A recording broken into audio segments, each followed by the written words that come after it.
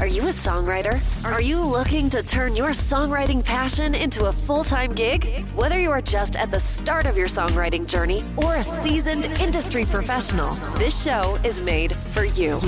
Welcome to the Songwriter Show, bringing together songwriting news, interviews, and community. Now, welcome your host, Sarantos. Thank you so much for tuning in. Welcome back to the Songwriter Show, right here on Reality Radio 101. I'm your humble host, Sarantos, a solo music artist who's been writing lyrics for as long as I can remember. Words just mean the world to me, and that's why I love hosting this show for you every single Tuesday evening. I believe in my heart that every single song is a story. Tonight, I'm so excited to have Frank Wards on the show. Jamcase Productions is an Australian-based production company that creates music for the entire world to enjoy as they move through their daily lives. The company kicked off in late 2017 and has since created a range of songs in the rock, hard rock, country rock, and indie styles of music. And now, welcome this week's special guest. Welcome to the show. How you doing, Frank? Yeah, pretty good. How are you? Good. So you have an interesting, cool accent there. So you from Australia, down under? Yeah, born and bred in Perth, Western Australia, and actually living in Sydney at the moment. Love it, man. So do people get past your accent? Are they like idiots like me? They just kind of start talking about your accent and how cool it sounds and they get distracted. Yeah, they seem to love the Aussie slang most of all, and they try and work out what it means, some certain words and all that stuff in that. Yeah, so that's the main thing. It's more probably the slang, and they do love the accent as well. Awesome, man. So tell us about you and this production company. What got you going down into the realm of music, and then what happened with your production company? Tell us about both those things. Yeah, so my musical career sort of started when I was about 16, 17. I started playing drums and all that stuff and that. And through the years, I played through various bands and all that stuff and that. And it wasn't until probably about 2017 I thought I'd probably concentrate more on writing songs for people and all that stuff, and try and get onto sort of like movies and all that sort of stuff and that. Yeah, just try and get a good message across that people can sort of cling to and swing to, sort of thing. Yeah. Okay, cool. So tell us about your production company. Why'd you start that? The reason I started the company was try to diversify my music in different areas of the productions, in movies, theatre plays, not only like gigging wise sort of thing, but trying to get it out to all different areas of the arts. So, because I had this handful of songs, and I thought, what could I do with them? So the idea was to start a production company and to not only play gigs but put it through like film and ads and theatre productions, and also I write songs for major artists to review to see if they would like to release underneath their own name. Okay. Do you have any famous musicians that influence you in any way? Yeah, I have quite a few actually. Within Australia, I grew up with like AC/DC, Cold Chisel, them sort of bands. But around the world, I was influenced by like Bon Jovi in the late '80s. Who else? Sort of like all the LA scene and all that sort of stuff in the '80s, and that was influenced. But as I got a little bit older and that stuff now, I was sort of venturing into sort of the jazz scene in America. So like with Buddy Rich, being a drummer and all that stuff and that, Miles Davis, which is from St. Louis, I think. That's not far from you guys, I think. So I've dabbled in a lot of different scenes now, even like pop and all that. I like actually country, like Shania Twain, and all them types of artists and that stuff. And in England, sort of thing, I was sort of like the pop bands like Take That. Yeah, so I've got a big variety of sort of influences from all around the world and that. So you're a rocker, right? Do you think us rockers ultimately have a disadvantage compared to all the pop people and all the people that, might get a little more love than we do? Yeah, well, this day and age it is. Like, it was massive in the 70s and 80s, but it's sort of since then it's sort of gone down slowly, and it's not as loved as what it used to be in the 70s and 80s. But I'm quite sure it'll come back one day. Yeah. Yeah, no, I totally agree with you. Mm. So tell us a little bit about your process. How do you get, I don't know if your company focuses more on instrumentals or songs with lyrics. Tell us about the process. How do you write something? How do you get started? You start with a drum groove. Tell us a little bit about that. Well, it sort of starts in all different ways. Just depends on the situation, really. Like sometimes it starts with a lyric, sometimes it starts with a melody, and you write a chord progression around the melody, and sometimes it even comes by a drum groove. Like I might be sitting on the drum kit just playing around and just playing a groove, then I'll hear like a melody in my ear and think, oh, okay, that sounds pretty cool. Then and stop and try and get the chord progression down what I'm hearing in my mind. So yeah, there's a lot of different ways.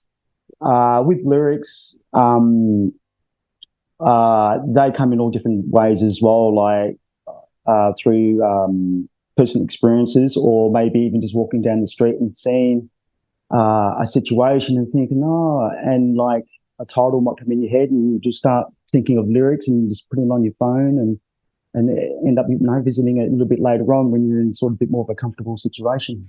Yeah, and one of the things I know people want to diversify their revenue streams and have some potential income from syncs. And so I imagine your production company, was that part of the reasoning for trying to do some of that stuff?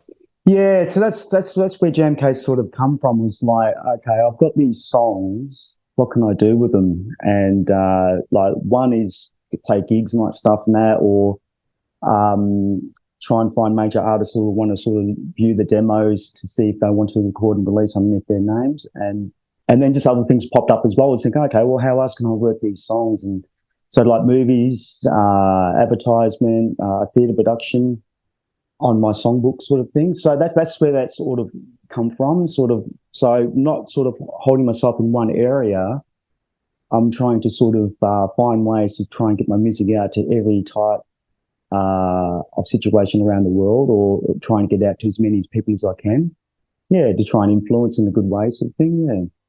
And are you just doing your stuff with your production company, or do you work with other musicians to create things like for certain movie and TV cues, or is it just you? At the moment, because the company's only at the beginning stage, so we're still in the growth period. So at the moment, we just pretty much just write what comes to our minds at the moment, focus on that, and then as the company grows and gets bigger and all that stuff, then we'll probably look into sort of employing more people and try and get into sort of writing for movies or theatre productions and all that stuff. And that, yeah. So in the growth period, it's just writing songs for people to view to see if they can use them. And then, as I said, as it grows, then we can look into sort of maybe even get into short film, starting short film, and writing scores for movies or orchestras or something like that. Yeah. So, but that's in the long term sort of thing. So, like, it takes a long time to build, but that's the future aspirations for the company. Tell us a little bit about what do you have coming out later this year for the fans? Any surprises, any cool little tidbits you can share with us?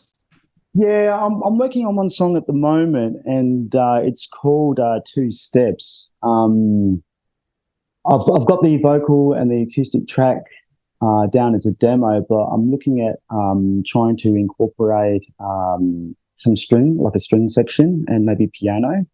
So that's what I'm working on at the moment. Hopefully everything will go well, and I really do think it could be a pretty good tune to release. And I'm quite sure people enjoy it, but it's just the process of trying to find the right musicians to come along to sort of work on and sort of bring this project alive. Yeah, for sure. All right, tell you what, why don't you tell us about this song we're going to hear in a couple of minutes here? Tell us about the inspiration and the story behind it. Okay, so this one here is a song called "Take It From Me." I've got a singer from Florida actually singing on it. She was in Perth around the time I was writing it and recording it, and I put an ad out, and she ended up answering it and having such a great voice and being so professionally the way that she works and all that. I thought she'd be a great person to sing it. So the song is actually about It's about a lady that has achieved many amazing things in her lifetime, and she's inspired millions of people all around the world. And she loves what she does, but for some reason she can't help worry about what people think or trying to take her excitement and love and passion away from her. So yeah, so I thought, yeah, it's pretty good. I like the lyrics to it. It's a good sort of country rock song. And as I said, Hermilia sings on it. She's got a great voice, you know, she's got a beautiful voice, and she really conveys the emotion that we're trying to convey. Okay, very cool, man. So I'll tell you what, Frank, let's check it out, and then we'll come back and talk some more, okay? Okay, thank you. Okay, check this out, everybody. Here we go.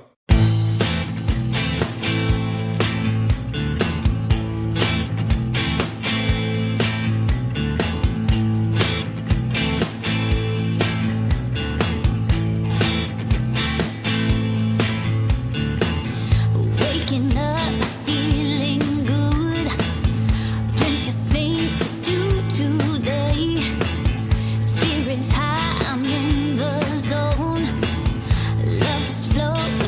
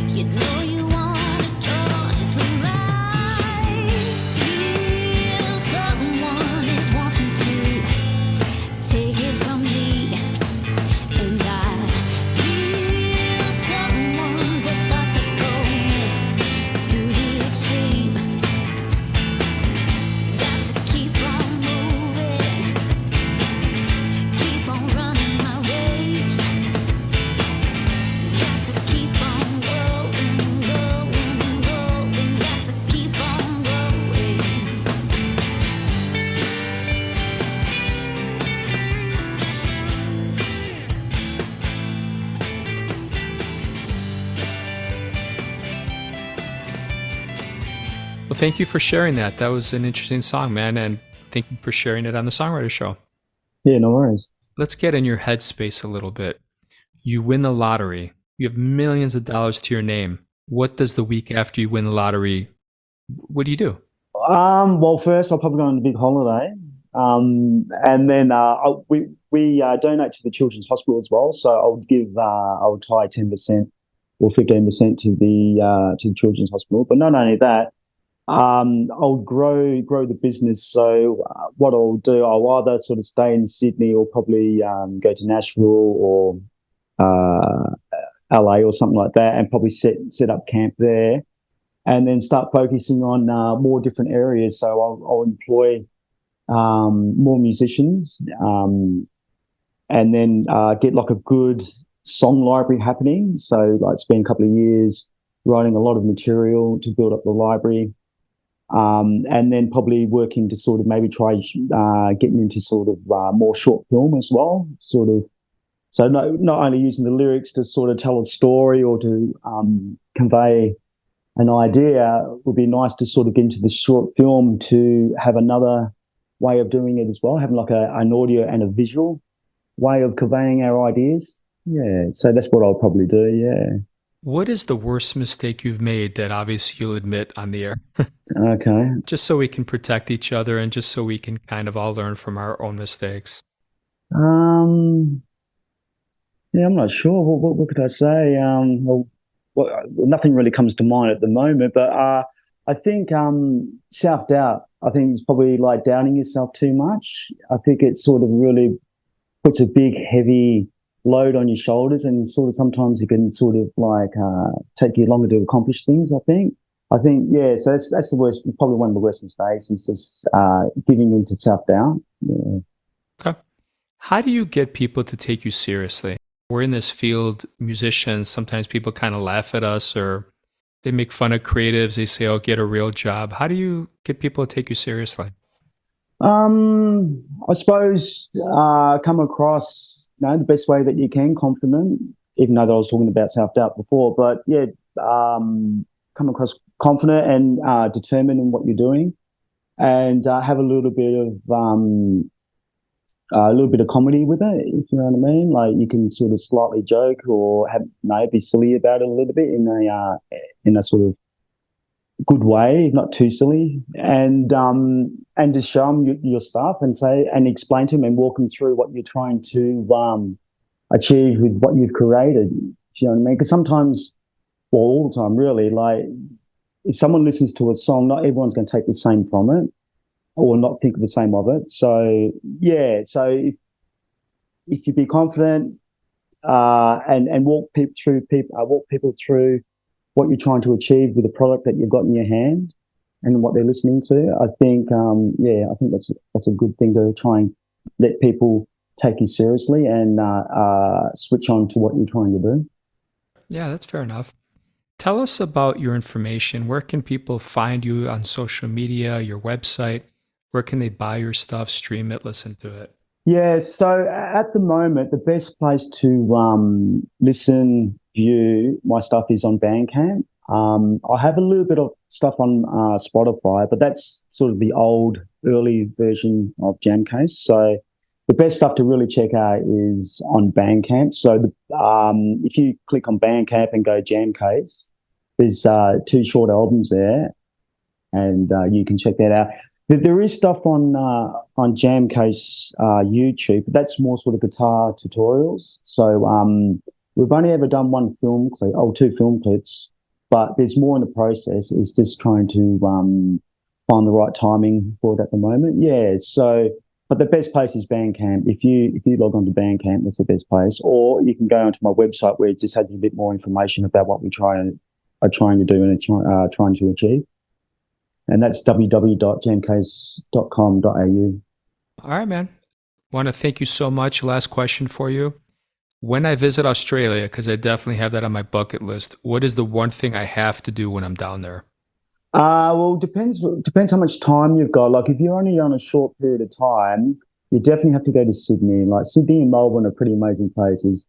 And also the Whitsundays, Airlie Beach or Byron Bay. But if you've got a good a few months, say 3 months or something like that, definitely check out the national parks. So probably Darwin, Kakadu National Park, or the Tablelands up near Cairns. That's another great place as well. Like if you like waterfalls and rainforests and all that, the Tablelands up near Cairns is really, really amazing. I was just up there last year, actually. It was pretty awesome with the waterfalls. If you like beaches and all that, all down the New South Wales coast, or if you're in WA, all down the south of Perth, or through Margaret River. It's got all the wineries and all that stuff and that. Yeah, so depends on your time. If you've got a long period of time, then definitely the Tablelands and the national parks. But if you're only on a limited time frame, then probably definitely Sydney and up and down the coast of Sydney. Yeah, Byron Bay. I love Byron Bay. I've actually written a song about that recently because it's such a good place. It's very expensive, but it's such a good place. Yeah. All right. I want to thank you so much for being on the show tonight, man. It was a blast. Yeah, thank you so much for having me. It's truly appreciated. You're welcome, Frank. And to any listeners out there, thank you so much for spending a little bit of your super precious time with the two of us tonight. We both hope your own unique story gets heard around the world. My name is Sarantos. Please join me every single Tuesday night to hear other awesome artists share their fascinating behind-the-scenes stories right here at the Songwriter Show on Reality Radio 101. I love you guys. Have a great night. When